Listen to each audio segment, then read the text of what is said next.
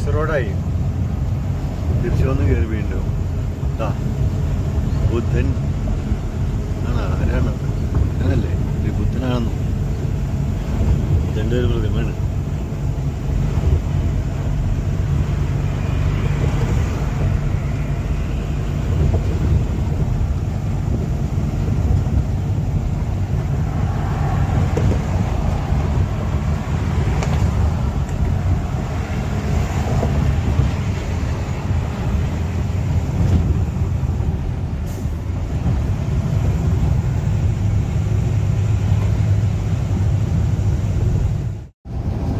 നാട്ടിലൊക്കെ വരാൻ പോകുന്ന എലിവേറ്റഡ് ഹൈവേ എന്ന് പറഞ്ഞ സംഭവമില്ലേ, അതാണ് ഈ കാണുന്നത്.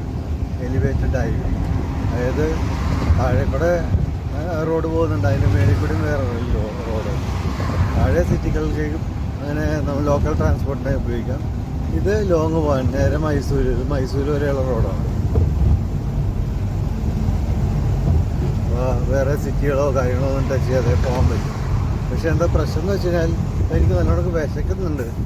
കഴിക്കണമെന്നുണ്ടെങ്കിൽ താഴെ ഇറങ്ങണം. ഒരു മാർഗമില്ല. വലിയ വണ്ടിയാണ്. നോക്കട്ടെ മുന്നോട്ട് പോയിട്ട്.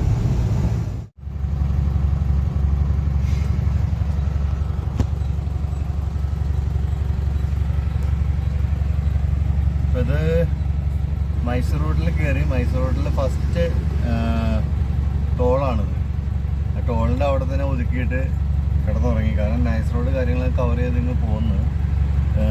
ഇവിടം വരെ വന്നു കഴിയുമ്പോഴേക്കും ഉറക്കമൊന്നും ഒരു രക്ഷയില്ല. കാരണം ഞാനിപ്പം തൂത്തുക്കുടിയിൽ നിന്ന് കിടന്ന് ഉറങ്ങിയെന്ന് പറഞ്ഞു. പിന്നെ വണ്ടിയിലെല്ലാം ഇരുന്ന് ഉറങ്ങുകയൊക്കെ ചെയ്തിട്ടുള്ളതൊക്കെ ഉള്ളൂ. തൂത്തുക്കുടിയിൽ നിന്ന് വിട്ടേ പിന്നെ ആദ്യമായിട്ടാണ് കിടന്നുറങ്ങിയത്.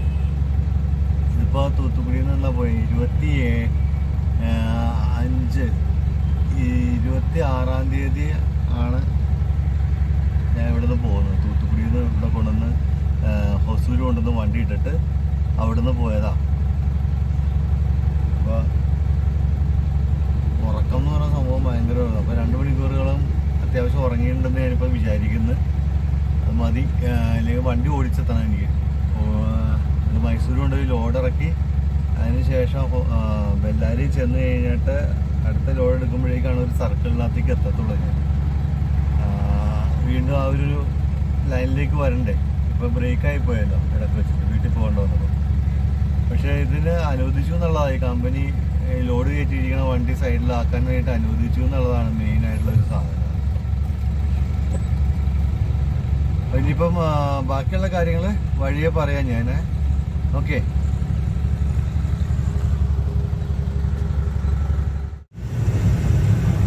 അപ്പം എന്താ ഉണ്ടായെന്ന് വെച്ച് കഴിഞ്ഞാൽ ലോങ് സ്റ്റോറി ഷോർട്ടായിട്ട് പറഞ്ഞു കഴിഞ്ഞാൽ ഇത്രയേ ഉള്ളൂ. ട്രെയിലറിൻ്റെ ഡ്രൈവിംഗ് ലൈസൻസ് 27-ാം തീയതി രാവിലെ 6 മണിക്ക് ചെല്ലാൻ പറഞ്ഞിട്ടുണ്ടായിരുന്നു. അതിന് വേണ്ടിയിട്ട് ലൈസൻസ് വേണം എന്ന് പറഞ്ഞത് ഒറിജിനൽ.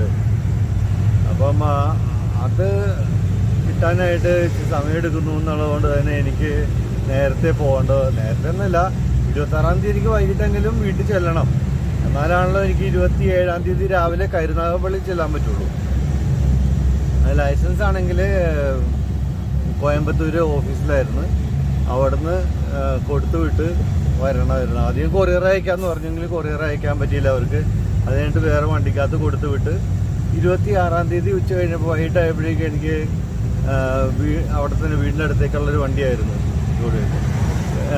അക്സർ എന്ന് പറഞ്ഞിട്ട് ഇക്ക കൊണ്ടുവന്ന് എനിക്ക് ലൈസൻസ് തന്നു. അപ്പോൾ അത് ഓക്കെ ആയി. എനിക്ക് ഇവിടുന്ന് 25-ാം തീയതി രാത്രി ആയപ്പോഴേക്കും കമ്പനിയിൽ നിന്ന് തന്നെ പോകാനായിട്ട് അനുവദിച്ചു. ഈ ലോഡ് ഇത്രയും കയറ്റി ഒരു പമ്പിലിട്ടിട്ട് അങ്ങനെ പൊയ്ക്കോ എന്ന് പറയണത് എന്ന് വെച്ച് കഴിഞ്ഞാൽ അത്രയും എന്താണ് സഹകരിക്കുന്നുണ്ട് ഈ കമ്പനി എന്നുള്ളതാണ് ഞാൻ പറഞ്ഞത്. മറ്റുള്ളവർ പലരും പല രീതിയിൽ പല കാര്യങ്ങൾ പറയുന്നുണ്ടാവാം. സാലറി കിട്ടുന്നില്ല, അത് കിട്ടുന്നില്ല. പക്ഷെ എനിക്ക് അങ്ങനത്തെ അഭിപ്രായങ്ങളൊന്നും എനിക്കില്ല. ചിലപ്പോൾ ചില വ്യത്യാസങ്ങളൊക്കെ ഉണ്ടാവും. അതെന്താന്നുള്ളത് തമ്മിൽ പറഞ്ഞ് അത് തീർക്കേണ്ട കാര്യമേ ഉള്ളൂ. അപ്പം ഇതിനകത്ത് പല എതിരഭിപ്രായങ്ങളും ഇത് ചെയ്യുന്നവരൊക്കെ ഉണ്ടാവും. അടുത്ത ടോളാവാറായി. ഇതിനകത്ത് എനിക്ക് തോന്നുന്നു നിറച്ചും ടോളാണ്. എൻ്റെ ബ്രേക്ക് ഭയങ്കര മോശം വണ്ടിക്ക്. അത് തിരിച്ച് ഇങ്ങോട്ടുള്ള ടോളാണ് കേട്ടോ. ഞാൻ ആദ്യമായിട്ടാണ് ഈ എക്സ്പ്രസ് ഹൈവേയിൽ അത് ഓടുന്നത് മൈസൂരിൻ്റെ.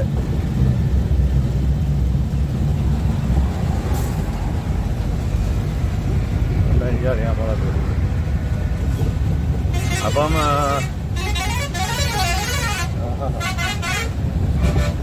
ഇത് കർണാടകയുടെ പ്രത്യേകത നീ എയർഫോൺ ഇങ്ങനെ അടിച്ചുകൊണ്ടിരിക്കുകയാണല്ലോ.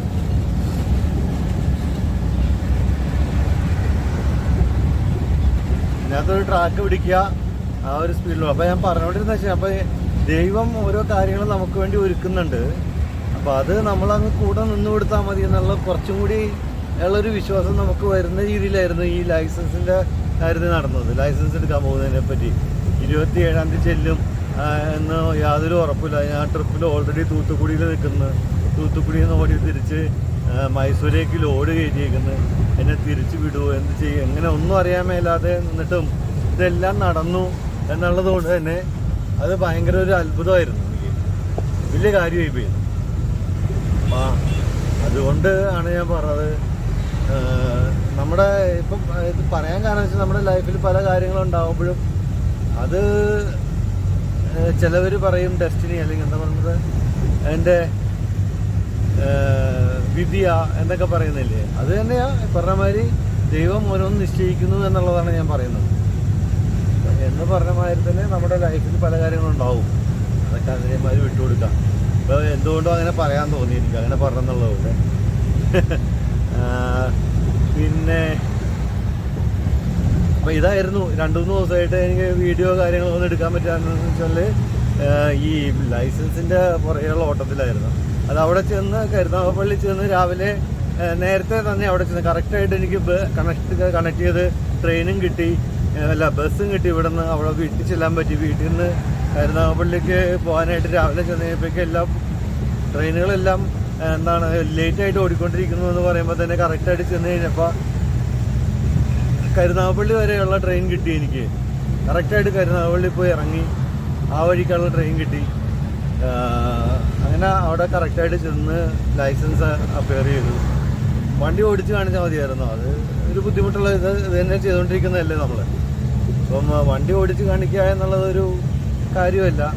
അപ്പോൾ വണ്ടി ഓടിച്ച് കാണിച്ചു കാര്യമില്ല എന്നല്ല, അത് കാണിക്കണം. നമുക്ക് ലൈസൻസ് ഇപ്പോൾ അപ്പോൾ അവിടെ നിന്നപ്പോൾ അതിനകത്ത് കൂട്ടത്തിലുണ്ടായിരുന്ന ഒരു പയ്യനുണ്ടാവും, പറയുമായിരുന്നു, പേര് ഞാൻ മറന്നുപോയി, എനിക്ക് മെൻഷൻ ചെയ്യണമെന്നുണ്ട് സത്യം പറഞ്ഞു കഴിഞ്ഞാൽ.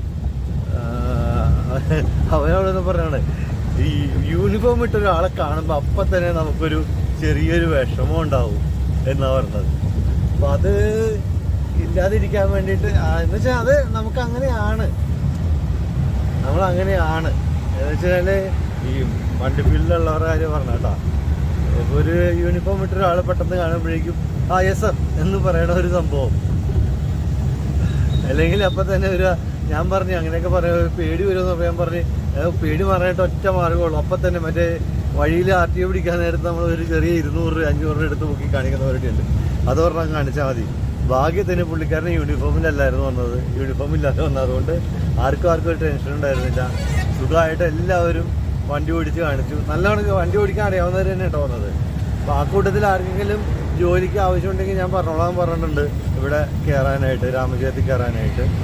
അപ്പോൾ അങ്ങനെ ഒരു സാഹചര്യം കൂടി ഉണ്ടായി അതിനകത്ത്. അതിനകത്ത് റിയാസിക്കാന്നൊക്കെ പറഞ്ഞ പുള്ളിയൊക്കെ നല്ലോണം സഹായിച്ചിട്ടുണ്ട്. ഈ പറഞ്ഞ മാതിരി എന്താ പറഞ്ഞത്, എനിക്ക് നേരത്തെ പോകാൻ വേണ്ടിയിട്ട് ലൈസൻസ് എടുക്കാനായിട്ടേ കയറിക്കൊള്ളാൻ പറഞ്ഞിട്ട് മാറി തരുകയൊക്കെ ചെയ്തിട്ടുള്ള സംഭവമുണ്ട്. എനിക്ക് ഇങ്ങോട്ട് പോരണം എന്നുള്ളതുകൊണ്ട് വണ്ടി ഇവിടെ കിടക്കുന്നതാണല്ലോ എൻ്റെ.